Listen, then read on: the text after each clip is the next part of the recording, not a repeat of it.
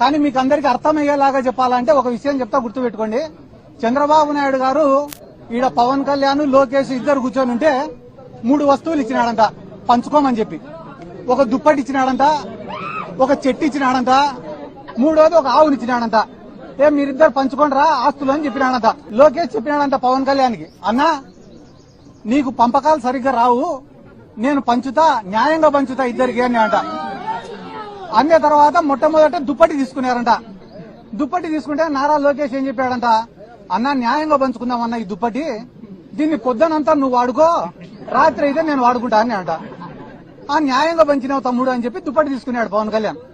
తీసుకున్న తర్వాత పొద్దున ఎండకు దాన్ని కప్పుకోలేకున్నాడంట, వేడి అయిపోతేనే సాయంత్రం అయితేనే లోకేష్కి ఇచ్చినాడు. పాపం లోకేష్ తెలివైనాడు కదా, చలికి బాగా కప్పుకొని పండుకున్నాడు. అంటే దుప్పటి లోకేష్కి ఉపయోగపడింది, చంద్రబాబుకు ఉపయోగపడలే.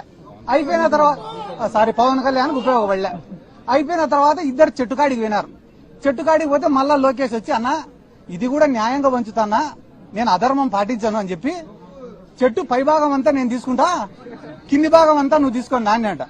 అంటే చెట్టుకు నీళ్లు పోసేదంతా పవన్ కళ్యాణ్, వచ్చిన పండ్లు తినేదంతా లోకేష్. అయిపోయిన తర్వాత మళ్ళా 3వది ఆవు కాడికి పోయినారట. పోయి, అన్న ఇది కూడా నేను న్యాయంగా పంచుతానా, ఆవుకు ముందు భాగం అంతా నువ్వు తీసుకో, వెనక భాగం అంతా నేను తీసుకుంటా అని అంట. అంటే ఆవుకు రోజు నీళ్లు పోసేది, మేపేసేది అంతా పవన్ కళ్యాణ్, వచ్చే పాలు పిండుకొని తినేది లోకేష్. ఈ రోజు జన సైనికుల పరిస్థితి ఏమరా అంటే, కూలీ చేసేది ఇల్లు, వచ్చిందంతా తినేది తెలుగు తమ్ముళ్ళు. కాబట్టి తెలుగుదేశం వాళ్ళకే, జనసేన వాళ్ళకే గతి లేనప్పుడు అక్క మన పైన దాడి పైన వీళ్ళు స్పందిస్తారు అనుకోవడం మన మూర్ఖత్వం.